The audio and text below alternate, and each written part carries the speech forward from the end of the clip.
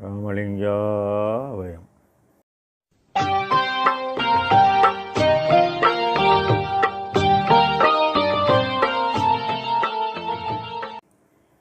அருட்பெரும் ஜோதி அருட்பெரும் ஜோதி தனிப்பெரும் கருணை அருட்பெரும் ஜோதி எல்லா உயிர்களும் உற்று வாழ்க, வள்ளல் மலரடி வாழ்க வாழ்க. திருச்சிற்றம்பலம். அருட்பெருஞ்சோதி ஆண்டவரின் பரிபூரண அருளை பெற்ற சிதம்பர ராமலிங்க சுவாமிகளின் திருவுருளை மனமொழி மெய்யால் போற்றி பணிகின்றேன் தயவுடன். நாம் செய்த செயலின் நுழைவாக இன்ப துன்ப அனுபவங்கள் யாவும் வந்து கொண்டே உள்ளது. அப்படி வருகின்ற துன்பம் யாவும் பொறுத்து எல்லா உயிரும் இன்பமாக வாழ எண்ணி நாம் செயல்பட்டாலே நமக்கு ஆன்ம லாபம் கூடும். நம் பெருமான் 69 ஆனந்த அனுபவம் என்ற தலைப்பில் பாடல்களை பதிவு செய்துள்ளார்கள். சத்தாகிய ஆன்மா இயக்க மனமாகிய எண்ணம் செயல்பட்டு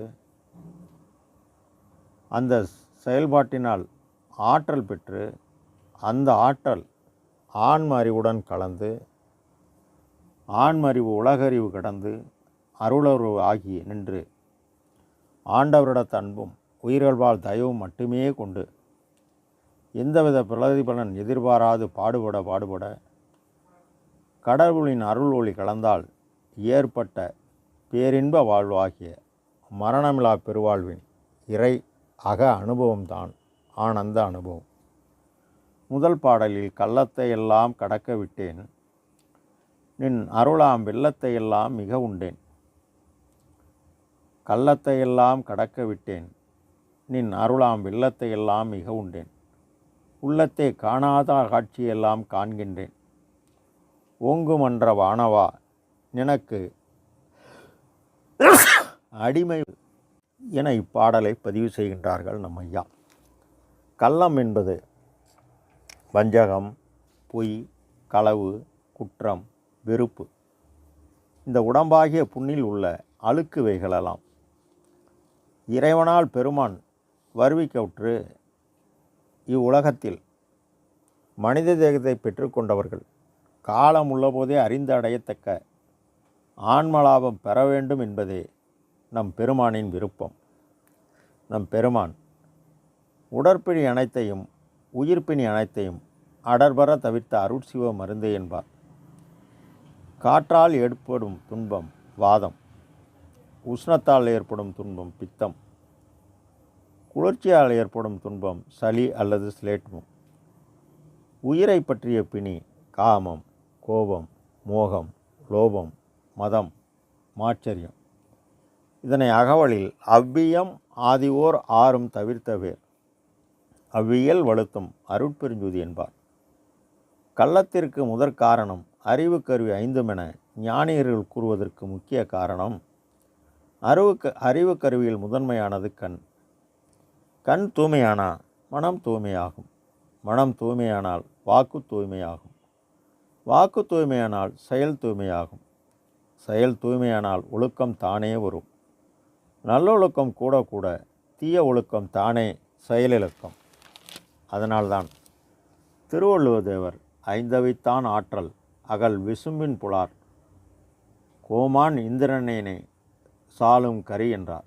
திருமூல மகரிஷி உள்ளம் பெருங்கோயில் ஊனுடம்பு ஆலயம், வள்ளல் பிரானுக்கு வாய் கோபுரவாசல், தெல்லம் தெளிந்தார்க்கு சீவன் சிவலிங்கம், கள்ள புலனைந்தும் காலாம் அணிவிளக்கு என்றார்.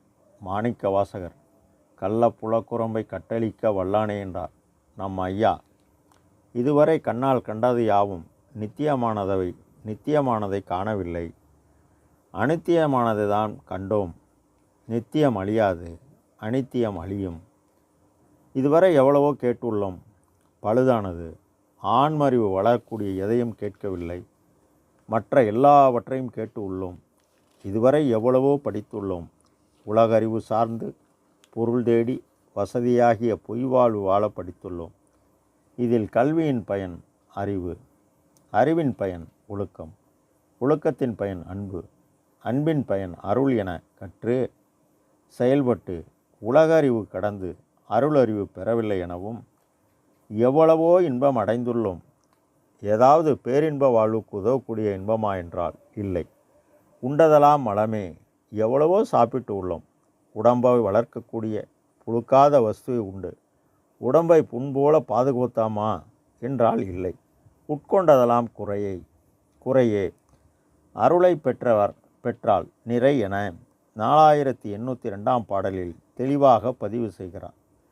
நாம் அறமிராது உழைத்து தேடிய பொருளை நம் தேவை போக நம் தரத்துக்கு தக்கவாறு தினசரி ஜீவகாருண்யம் செய்ய நற்செயல் கூட தீச்செயல் யாவும் விலகி ஆற்றலும் அறிவும் உண்டாகும்.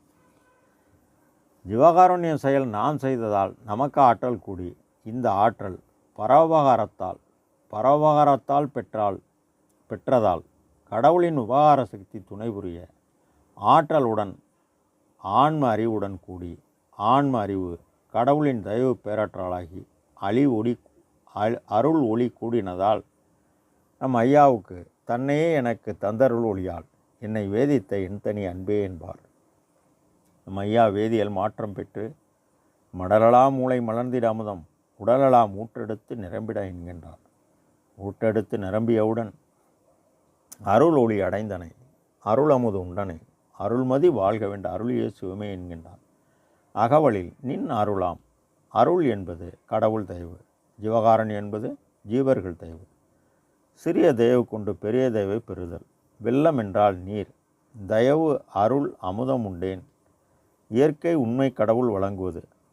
ஐயா, என் உயிர் என் உறக்கம் என வேறில்லை, என்னை விட்டு நீ இரக்கம் நீங்கில் என் உயிரும் நீங்கும் என்ற அளவில் உயிரிறக்க மொத்த தயவு வடிவானதால் இறைவன் தானே வந்து கலந்தார். உள்ளத்தே காணாத காட்சியெல்லாம் கண்டேன், ஆணி புன் அம்பலத்தை கண்ட காட்சி அற்புத காட்சியடி என 32வது கன்னியில் சந்நிதியில் நான் பெற்ற பெற்றை சாமி அறிவாரடி. இது உயிர் இரக்கத்தால் பெற்ற இறை அக அனுபவ நிலை. ஓங்கும் அன்ற வாளா பரமகாசம் அனாதி, அதற்கு காரணமான கடவுள் அனாதி.